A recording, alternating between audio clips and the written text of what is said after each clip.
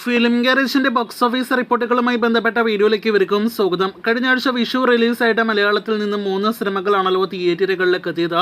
ഇപ്പോഴത്തെ ആ 3 സിനിമകളുടെയും ആദ്യ 3 ദിവസത്തെ Kerala rest of India collection കൃത്യമായിട്ട് പുറത്തു വന്നിരിക്കുകയാണ്. അതിൽ ഒന്നാമൻ നെസ്ലൻ നായകനെത്തിയ ആലപ്പുഴ ജിംഖാന ആണ് എന്ന് പ്രത്യേകം അറിയിച്ചു കൊള്ളട്ടെ. ഈ പറഞ്ഞ കേരളത്തിലാണെങ്കിലും റെസ്റ്റ് ഓഫ് ഇന്ത്യയിലാണെങ്കിലും ഏറ്റവും ഉയർന്ന 3 ദിവസത്തെ കളക്ഷൻ നേടിയെടുത്തിരിക്കുന്നത് ആലപ്പുഴ ജിംഖാന തന്നെയാണ്.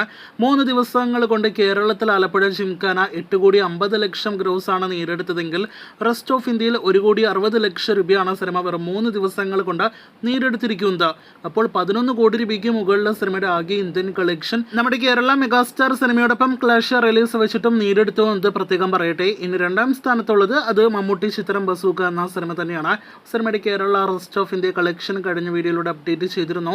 റെസ്റ്റ് ഓഫ് ഇന്ത്യയിൽ 80,00,000 ഗ്രോസ് നേടിയെടുത്ത സിനിമ കേരളത്തിൽ 7,19,00,000 രൂപയാണ് ആദ്യ 3 ദിവസങ്ങൾ കൊണ്ട് നേടിയെടുത്തിരിക്കുന്നത്. ഇന്നത്തോടെ മാത്രമേ സിനിമയുടെ ആകെ ഇന്ത്യൻ കളക്ഷൻ 10 കോടി കടക്കുകയുള്ളൂ. ഇനി മൂന്നാം സ്ഥാനത്തുള്ള മരണമാസം എന്ന ബേസിൽ ജോസഫ് സിനിമയിലേക്ക് വരികയാണെങ്കിൽ സിനിമ ഡീസന്റ് തുടക്കം നേടിയെടുത്തിരിക്കുകയാണ്.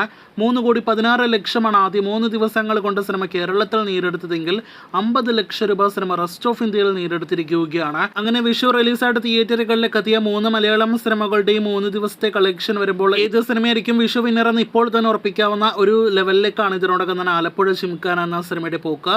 ഇനി ഈ സിനിമകളുടെ എല്ലാം തന്നെ കൃത്യമായ വേൾഡ് വൈഡ് കളക്ഷൻ അപ്ഡേറ്റുകൾ കേട്ട് കാത്തിരിക്കൂ.